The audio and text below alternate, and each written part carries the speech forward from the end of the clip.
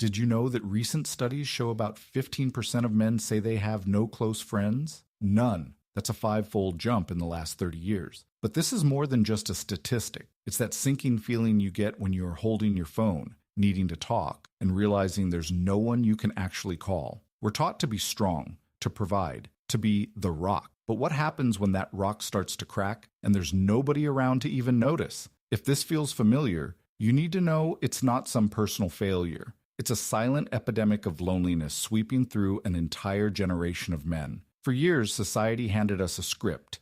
Be tough, be independent, and whatever you do, don't show weakness. We learned early on that getting too emotionally close was feminine, so we learned to shut that part of ourselves down. We built our lives around what we do, our jobs, our wins, our hobbies. This creates what researchers call shoulder-to-shoulder friendships. We have guys we go to the gym with, colleagues at work, and friends we watch the game with. These bonds are built on shared activities, but they often don't have that face-to-face emotional depth, the kind you need for real support. And as life gets busier with work and family, those activity-based friendships are usually the first to fade. Before you know it, your social circle has shrunk, and you can end up feeling completely alone, even when you're surrounded by people. This quiet isolation isn't just sad, it's dangerous. A lack of deep social connection is directly linked to a higher risk of depression, anxiety, and substance abuse. Tragically, men die by suicide at a rate nearly 4 times that of women,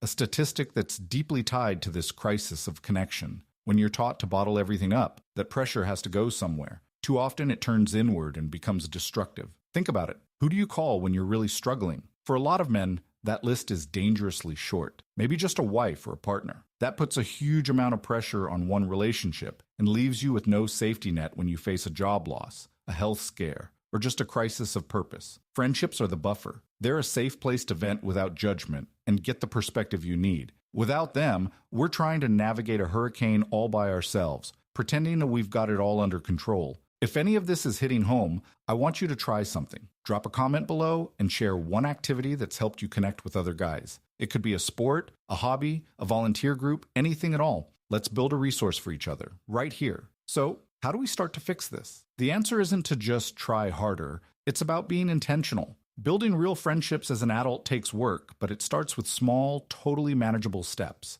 First, be the one to take the initiative, even in a small way. You don't need a big reason to reach out. Send a text to an old friend you haven't talked to in a while. Ask a colleague you like if they want to grab a coffee or a beer. The goal isn't to have a soul-bearing conversation right away. It's just to open the door and show you're willing to make time. Second, use those shared activities as your starting point. Join a club, a sports league, or a workshop for something you're actually into. When you're doing something together, conversations happen more naturally, and the pressure to be vulnerable is way lower. This is how you find your people. Third, and this is the big one, redefine vulnerability as a strength. Being vulnerable isn't weakness, it's just the courage to be honest. It doesn't mean spilling your deepest secrets. It can be as simple as telling a friend, "Man, I'm feeling really burnt out lately," or asking for advice on something you're wrestling with. Taking that small risk sends a huge signal. I trust you. That right there is the foundation of every meaningful friendship on the planet. Male friendship isn't a luxury, it's essential. It's not about having a huge list of contacts,